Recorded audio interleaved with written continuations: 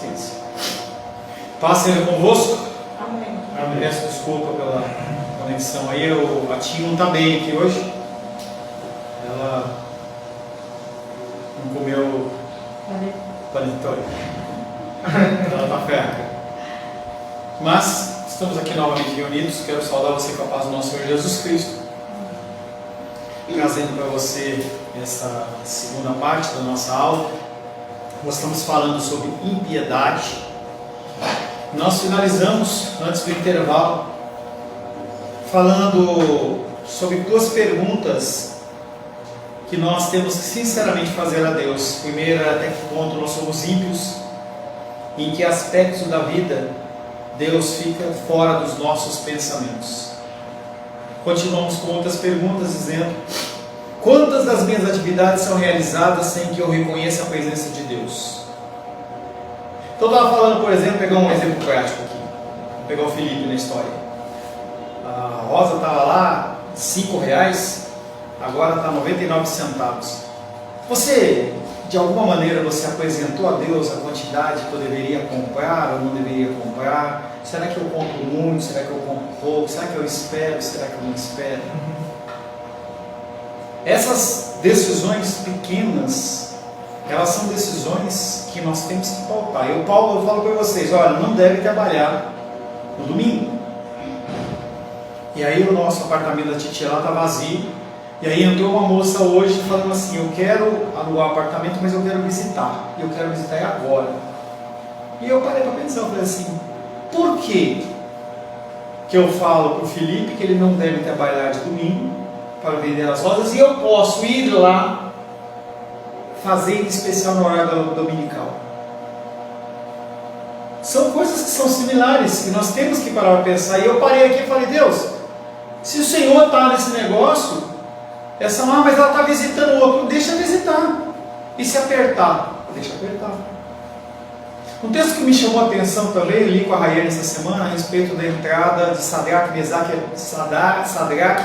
e Abednego na fornalha ardente. E aí o rei vai lá, insiste, não sei o que, ele fala assim: ó rei, você me desculpa, mas o Deus a quem eu sirvo, se ele nos livrar da fornalha, livrou. Se ele não livrar, não livrou. Mas nós não vamos adorar a esse Deus, a essa estátua. E aí o rei esquenta aquela fornalha 7 vezes mais. Não sei para quê, né? Porque se tivesse... já estava quente o suficiente.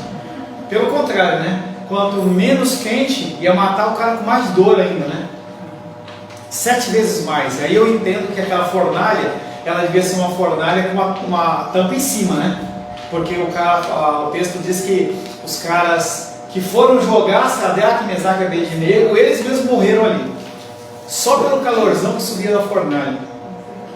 Então nós temos que aprender a confiar em Deus. E quando vier situações como essa, a gente realmente fala: não vou fazer. E se tiver com ouro, isso é tão interessante que você vai começando a desenvolver uma coisa que chama perseverança.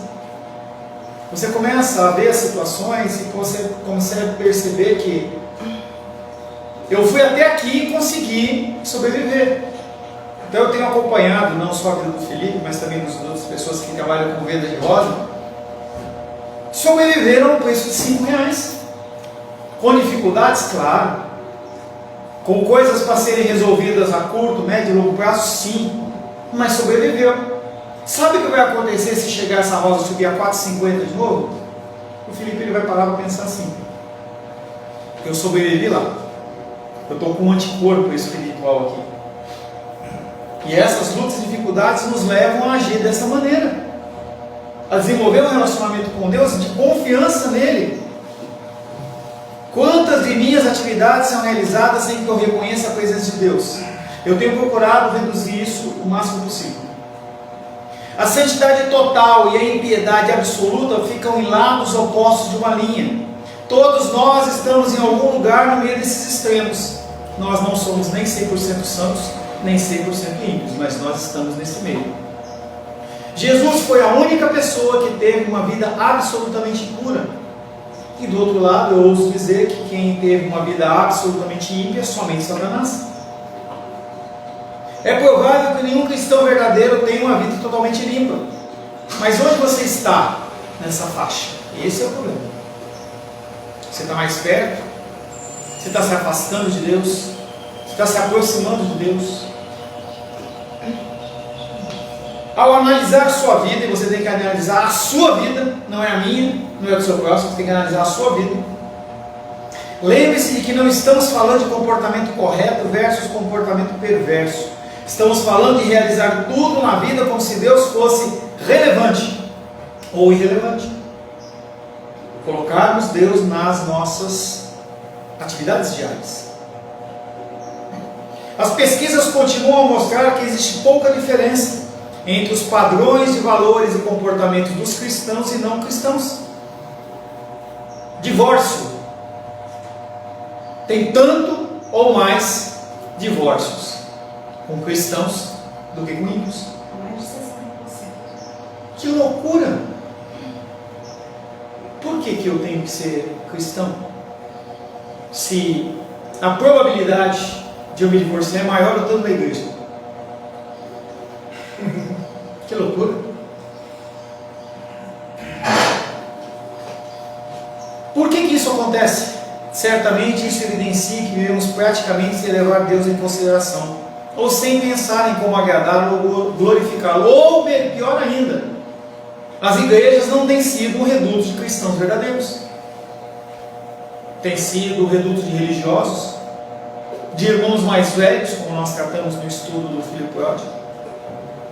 Pessoas que estão na igreja apenas pelo fator social, ou estão na igreja apenas para que haja um alívio no coração, de estar agindo de uma certa forma, ou ter uma válvula de escape.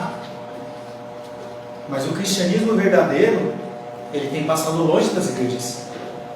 E quem está falando isso não sou eu, não é a minha igreja que é santa. Nós temos que buscar a santidade em Deus como pessoas individuais. Não se trata de afastarmos Deus dos nossos pensamentos de modo consciente, deliberado. Não é que você fala assim, essa situação eu não vou pensar em Deus. Não, você simplesmente o ignora. É como se ele não estivesse ali. Ele povoa muito pouco a nossa mente. No início desse módulo, eu afirmei acreditar que a impiedade é o nosso pecado fundamental, até mais do que o orgulho. Imagine como o nosso orgulho desinflaria se, por exemplo, vivêssemos cada dia conscientes de que tudo que somos, tudo que temos, tudo que realizamos é pela graça de Deus. Nosso orgulho não teria lugar para isso. Não teria aonde ele habitar. É triste o fato de uma pessoa que sempre foi simpática e honesta estar se deleitando numa vida imoral. Mas devemos nos lembrar que se não fosse pela graça de Deus, eu e você estaríamos no mesmo barco. Quando você olhar para alguém que comete delitos e pecados que aparece lá no Facebook, no Instagram, na televisão, você só não faz aquilo porque Deus está contigo. Ou pior. Ou pior. A impiedade, a perversidade, ela só não habita maior no nosso coração, porque a ação do Espírito Santo na terra impede que socorra.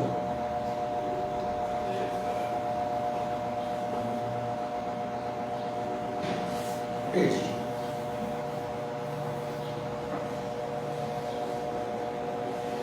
O orgulho de nos acharmos mais santos do que outros é um dos pecados aceitáveis mais comuns. É um produto direto da nossa maneira ímpia de pensar. Eu meço a vida das pessoas, a minha vida pela vida das piores pessoas, e não por conta das melhores pessoas. E quando as pessoas pecam, e aí eu vou pegar o versículo da Menízia lá: misericórdia quer, e não sacrifícios. Deus, ele não quer sacrifício da sua parte. Ele quer que você exerça de misericórdia com aquele que está afastado dos caminhos do Senhor. Você está em pé? Cuide para que não caia. É melhor andar dois, porque se um cair, o outro levanta. Mas se você está andando com o outro caiu e você pisa na cabeça do cara, pisa na cabeça da esposa, do marido, do filho, do membro. O que adianta você andar junto? A ação da misericórdia é exatamente essa. É quando a pessoa está agindo errado e não quando ela está agindo certo. E nós entramos num processo de piedade para nós. Ai de mim, não. É nesse momento que você tem que agir com piedade, com misericórdia. Porque Deus não quer o seu sacrifício, Ele quer que você aja com aquele que está caído, aquele que não consegue ler, que não consegue orar, não consegue buscar Deus, está afastado da igreja. Não que você fique fazendo chacota dele, mas que você faça o quê? O apoie e ajude ele. Um dia desse eu ouvi assim, na televisão, um pastor estava pregando e eu ouvi uma fala rápida, não demorei muito, mas ele falando que a essência do Evangelho não deve andar apenas o Evangelho sozinho, mas tem que sempre junto andar a misericórdia e o amor junto. Desculpa, mas é sem sentido essa afirmação, porque não é andar junto. A misericórdia, e o que você mais falou aí, é a prática do Evangelho. Não é que tem que andar junto. Sem isso não tem Evangelho. Sem o amor ao próximo não tem Evangelho. É farisaísmo, é religiosidade. Eu falo sempre que às vezes a pessoa fica só na lei seca e o amor e a misericórdia fica distante, né? Está longe de Deus. Os pecados da língua, tais como fofoca, sarcasmo, palavras grosseiras, não dão as caras quando temos certeza de que Deus ouve tudo que falamos. Você consegue falar mal de alguém na presença da pessoa? Não. E por que você acha que você pode falar mal dos outros ou agir impiamente se Deus ele é onipresente? Ele está na tua presença aonde você estiver. Cada ação, cada call center da ADM, Deus está lá. Cada rosa vendida está lá. Cada inspeção do Seba está lá. Cada pãozinho que a avó faz, Deus está lá. Será que se o nosso cliente ele estivesse junto de nós estaríamos fazendo igual? Porque Deus está lá. Creio que em última instância todos os outros pecados aceitáveis têm a sua raiz no pecado da impiedade. Usando uma árvore como ilustração, imaginemos nossos pecados grandes e pequenos crescendo no tronco do orgulho. É porém a raiz que dá a vida à árvore, e nesse caso a raiz é a impiedade. No fim das contas, a impiedade sustenta a vida de nossos pecados mais visíveis. Se temos o hábito de encher a mente de maus pensamentos, como podemos então lidar com esse pecado? Se a tua mente ela é repleta de coisas ruins, como é que você vai lidar de uma forma boa? É aquele exemplo que eu sempre falo. Você pega uma esponja num balde d'água e afunda na água e tira. E você aperta e sai o quê? Água. Por quê? Porque você estava cheio de água. Se eu fizer a mesma coisa no leite, quando você tirar a esponja e você apertar, sai o quê? Leite. Por quê? Porque você estava imerso no leite. Se espremer você no meio da luta de dificuldade, vai sair o quê? Ódio, rancor, falta de misericórdia, ira. Então não adianta você falar que você está com Deus. O pensamento é o mesmo, a analogia é a mesma. Agora quando ele te aperta, a pessoa está gemendo, está triste, está chateada, mas ela está lá glorificando a Deus. Glorificando a Deus. Está buscando a presença de Deus. Tem as suas quedas, mas ela está buscando. O que acontece é que o coração dela está imerso no Senhor. Tem aquela frase que todo mundo fala, eu acho que não só os olhos, mas o pessoal fala que os olhos é a janela da alma, mas os outros sentidos também, né? E tem aquele versículo que Jesus fala, né? Se os seus olhos forem bons, todo o seu corpo será bom. Se forem trevas, com trevas serão, né? Tá, eu continuo vendo a ligação do que nós estamos falando de você estar cheio de uma coisa ou você está falando da aliança com os olhos. Não, isso que você está falando. A aliança do que você está falando, ao que você está falando. Se encher, do que você se enche. Então, assim, do que você assiste, do que você ouve. Então, o que você se enche, né? Tá. Não se trata de afastarmos de Deus, nós simplesmente o ignoramos. Os pecados da língua, tais como fofoca, sarcasmo, palavras grosseiras, dita aos outros, eles são falados como se Deus estivesse ouvindo? Não nos ocorre que vivemos cada momento do dia na presença de Deus, que tudo vê e tudo ouve? Os olhos do Senhor estão sobre toda a terra. Aonde você estiver, no banheiro, Santa Maria, Serra Ocidental, Ceilândia, Belém do Pará, onde quer que seja, os olhos do Senhor estão sobre toda a terra. Creio que, em última instância, o sentido é que o pecado do orgulho, ele está alicerçado nessa raiz de impiedade. Se temos o hábito de encher a mente de maus pensamentos, como podemos então lidar com esse pecado? Como ser mais puros em nosso viver diário? 1 Timóteo 4,7, de N. 1 Timóteo, capítulo 4, verso 7.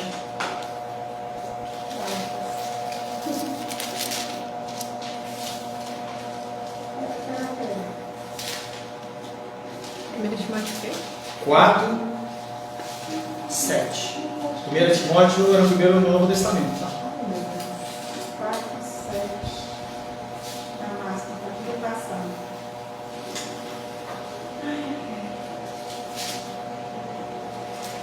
Quanto às fábulas ímpias, bisbilhotices de mulher velha, rejeita-as. Bom, Em vez disso, exercita-te na piedade. tá. O meu tá, rejeita, mas rejeita as fábulas profanas e insensatas. Exercita-te na piedade. Em vez de você ficar perdendo tempo, em vez de você ficar pensando nele, pensa em mim, Deus, não é minha. Pensa em Deus, entendeu? Pensa nele. Se você começar a dar atenção para o que o mundo fala, Deus está aí. Não, mas de novo para você. Em vez de você. Não precisa. Em vez de você ficar prestando atenção em fábulas profanas, pense em Deus. Pense nas coisas do Senhor. Em vez de você ficar com conversa furada, busque ler um versículo, busque uma orientação divina. Não é uma orientação simplista. Às vezes as pessoas falam assim, é uma oração simplista. Não é uma orientação simplista. Quando a gente vê aqueles filmes de confessionário católico romano, em que a pessoa fala assim, agora você vai orar 10 Pai Nossos, 100 Ave Marias, não sei, né? O que acontece ali? O que ele está falando é para você meditar no texto bíblico em contraste com o que você está agindo e como você está fazendo. É isso que ele está falando. Se nós começarmos a identificar os pecados nas nossas vidas, se nós começarmos a buscar o confronto das Escrituras, a gente muda. Agora, se você ficar preocupado com fábulas profanas e insensatas, você não vai passar, não vai avançar nada. O verbo exercitar, exercita-te na piedade, exercitar vem da cultura esportiva daquela época e refere a exercícios que os atletas faziam diariamente em preparo para os torneios. Passou a Olimpíada. Quantas horas por dia? Eu treinava 10 horas por dia, 12 horas por dia. As pessoas que não se dedicam desta forma nem vão, nem são classificados. Entre outras coisas, implica compromisso, consistência e disciplina no treinamento. Se nós não tivermos disciplina, nós não damos conta. Estava pensando essa semana, estava falando até com a Rô. Na verdade, a Rô falou comigo. A Rô perguntou, e aí, Paulo? A Paulo não, amor. Ela só me chama de Paulo quando ela está brava. Mas a maioria das vezes ela me ama, né? Então ela fala amor. E aí, amor? Aí ele falou com você, ele falou assim, falou. Assim, poxa, ela é perseverante, hein? Falei, pois é. Comecei lendo com tantas pessoas. Estou só com ela. Perseverando. Tropeça. Vai. E vai. Estamos quase acabando o Antigo Testamento. O Novo já era, né? Vamos lá em Daniel. Se Deus assim o permitir até o final do ano, vamos conseguir vencer essa marca. Chama-se perseverança. Paulo queria que Timóteo, assim como todos os cristãos de todas as épocas, fossem tão comprometidos em crescer na santidade e tão intencional em sua busca, como agiam os atletas que competiam por um prêmio terreno. O atleta ele se dedica 8 horas por dia, 10 horas por dia para ganhar um prêmio. E novamente Paulo traz essa comparação. Faça como eles. Se exercita na piedade, se exercita em ser mais cristão. Tem um rapaz que eu tenho estudado, né, de finanças, e ele fala: cuide para que você seja 1% melhor. Só isso. Mas é tão pouco, 1%. Se todo dia você procurasse 1% melhor, ótimo. Às vezes eu dou tarefas para as pessoas lerem, aí a pessoa fala assim: lê um capítulo por dia. A pessoa não lê nada. Quando chega no dia, não resolveu. Você tem que ter um crescimento diário. É diário. É todo dia um pouquinho. São doses para a gente poder absorver. É impressionante. O grão de mostarda, ele é impressionantemente pequeno. E essa fé. Você já viu um grão de mostarda? Eu vi. Já? E eu não imaginava como ele é miudíssimo. E essa fé que Deus nos pede, então é impressionante. A fé que Deus nos pede é quase, é miudíssimo o negócio. E mesmo assim a gente não oferece. Entendeu? É muito pequeno. Os atletas eles buscam para se exercitar para ganhar um prêmio terreno. No entanto, eu acho que a maioria dos cristãos dificilmente ou nunca pensa em desenvolver a santidade. Salmo 23: o Senhor é meu pastor e nada me faltará. Ele me faz deitar em pastos verdejantes. Pô, tá bom. Eu quero pasto verdejante. Eu quero ficar na beira da água. Ali tranquilinho, entendeu? Sem luta, sem dificuldade. Esse desenvolvimento da sociedade, da santidade, ela passa pelos vales da sombra da morte. Que mesmo que eu ande pelo vale da sombra, não, vale da sombra da morte não, deixa para diante. Vou ficar aqui no campo verdejante com aguinha. Não quero nada de vale da sombra da morte, não. Entendeu? Fica ela, deixa ela passar lá. Eu vou orar por ela. Nós não buscamos desenvolver a nossa santidade, nós temos que fazer isso. Não posso deixar de contrastar nosso desejo anêmico por santidade com a atitude de pessoas que ficam a noite inteira numa fila para adquirir o último modelo de iPhone. 15 mil reais. 15 mil reais é o novo orçamento. 15 mil reais o novo iPhone.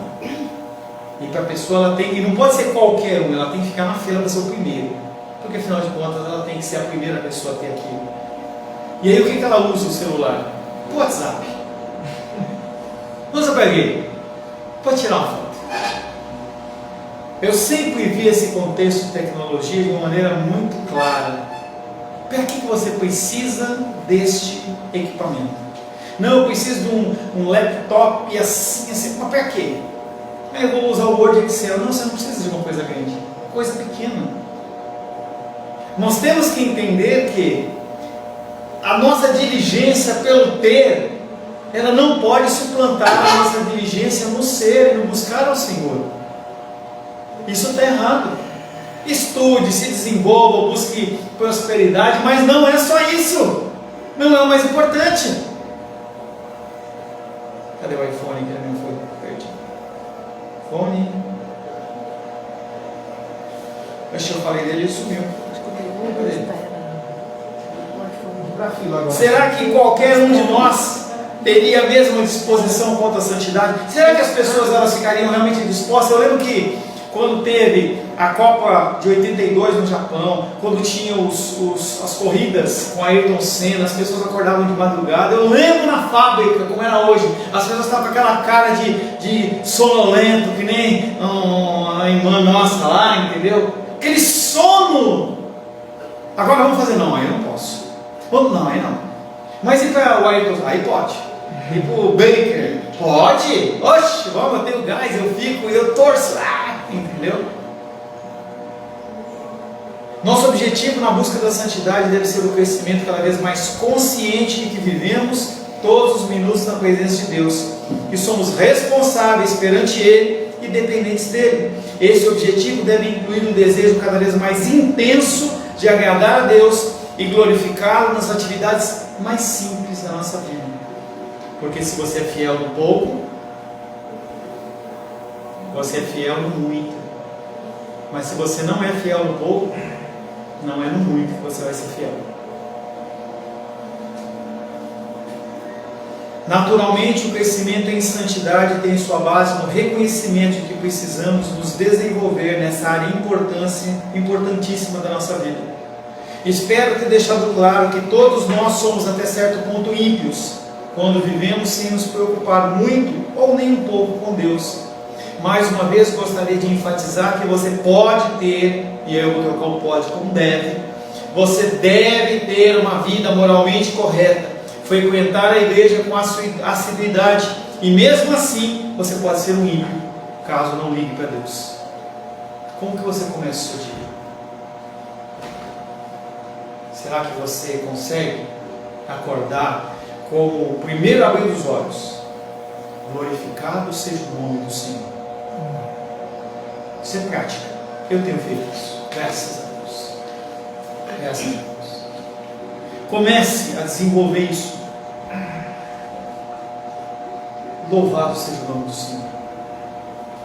Primeiro vai sair como palavras da boca para fora, mas aquilo vai começar a impregnar no seu ser. Gente, eu estou falando isso porque eu faço isso. Não necessariamente vou fazer isso em voz alta, audível, tá? Mas faça, tenha o primeiro sopro do seu dia, um sopro de exaltação ao Senhor. Você vai ver que as coisas elas são diferentes. É exercício, por isso que ele fala, exercita-te. Sei que meras palavras não convencem nenhuma pessoa de que ela é culpada, até certo ponto de impiedade. Para começar, provavelmente muita gente não acha que é pecado viver sem levar Deus em consideração dentro da igreja. Isso é muita religiosidade, pastor. Eu tenho que pensar em Deus em tudo. Quer dizer que eu estou lá fazendo cocô, eu tenho que pensar em Deus também? Como? Não sei, aí é com você. Estou pensando em lavar o carro, sei lá, qualquer coisa. Isso é hábito, é exercício. Se você começar o seu dia nessa atitude de louvor e adoração ao Senhor, você durante o dia, você naturalmente vai começar a identificar Deus nas coisas. Volto a dizer, eu estou falando isso já tem uns 6 meses. Era legal a gente abrir o Facebook e ver a ministra postar, olha o céu, olha aqui a figura de Deus. Nunca mais você fez isso. Nunca mais. Aonde ficou essa adoração? Esse reconhecimento na natureza de que Deus está aí? Eu sinto falta. Sempre via. Ela tirava foto de uma nuvem, tirava foto de um negócio. Olha a figura de Deus. Você começa a desenvolver nas pessoas essa habilidade de começar a falar, poxa, aquela árvore ali tem tantos tons de verde, é Deus. É a beleza de Deus, é a majestade de Deus.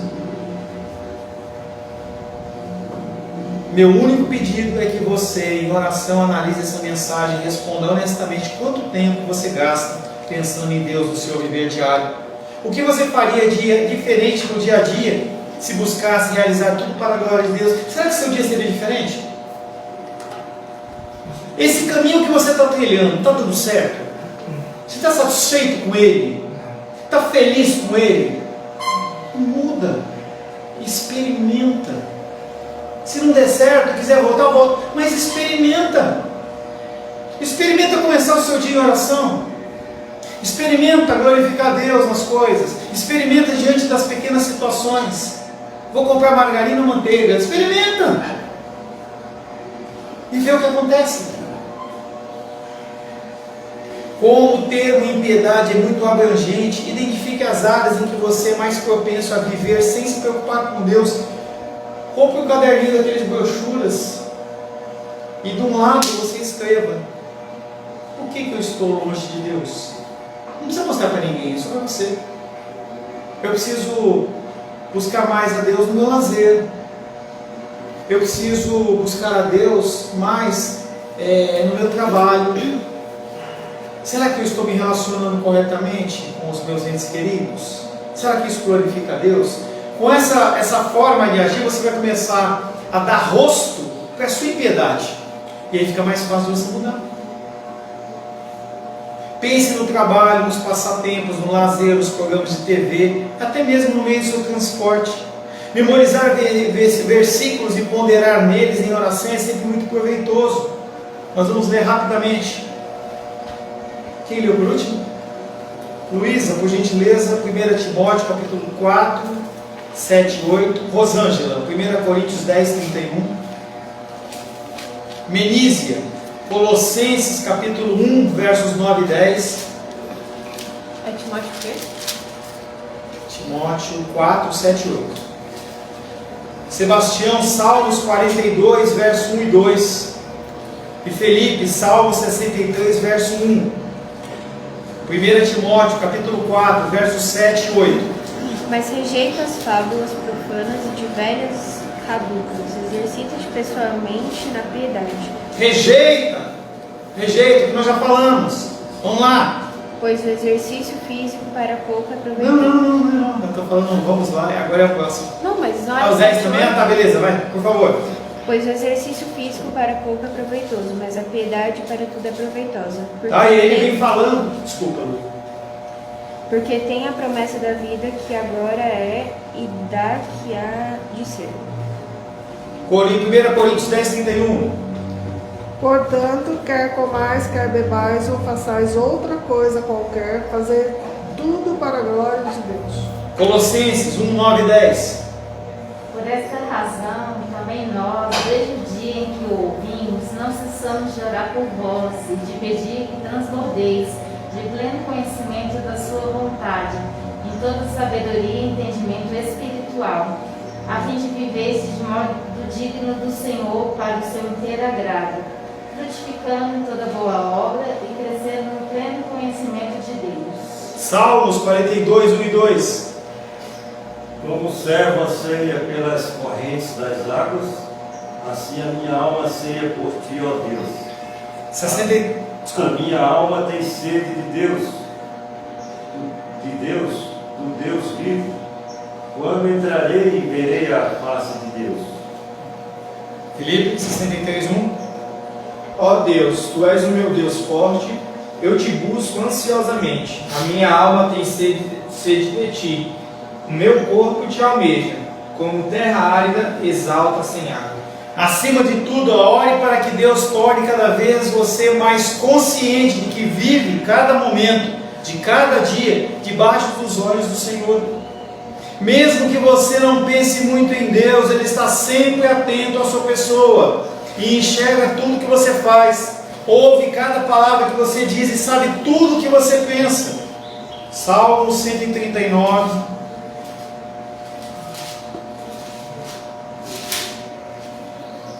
Salmo 139, eu vou ler verso 1 ao 4. Salmos 139, verso 1, 2, 3 e 4. Assim diz a palavra de Deus: Senhor, tu me sondas e me conheces. Sabes quando me assento e quando me levanto. De longe penetras os meus pensamentos. Esquadrinhas o meu andar e o meu deitar. E conhece todos os meus caminhos. Ainda a palavra me não chegou à língua, e tu, Senhor, já conhece todo. Além de todos esses motivos, Ele sonda o nosso coração. Que nós possamos ser tão conscientes de Deus, como Ele é consciente de nós. Amém? Senhor, em nome de Jesus, agradecemos a Ti pela manifestação, pela Tua graça, através deste estudo sobre impiedade, que se refere, Pai querido, à ausência nossa da Sua presença. Que nós possamos ser atraídos pelo Teu amor e a Tua graça, Pai, nos constante. Te pedimos em nome de Jesus. Amém. Semana que vem, se Deus assim o permitir, nós vamos falar de um tema que eu trabalhei nesse fim de semana, que vai ser bem interessante, que fala sobre ansiedade e frustração. Pecados que muitas vezes agora são determinados como doenças, que a gente não tem que se preocupar não, é só tomar um comprimidinho, tarja preta, que está tudo certo, e não está tudo certo. Que Deus te abençoe, meu querido, e te conceda a graça. Senhor, em nome de Jesus, agradecemos pelo tempo da Tua presença, pelo tempo de estudo, pela Tua graça sobre as nossas vidas. Queremos pedir, Pai querido, que o Senhor nos leve em paz para os nossos lares, para as nossas atividades, e que, segundo a Tua vontade, Pai, nós possamos retornar à noite para glorificar, exaltar e bendizer o Teu santo nome. Que o amor de Deus Pai, a graça salvadora de Jesus Cristo, que a consolação do doce Espírito Santo seja sobre a nossa vida hoje e sempre. Amém, amém. Deus te abençoe, te conceda a graça e te aguarda à noite, em nome de Jesus.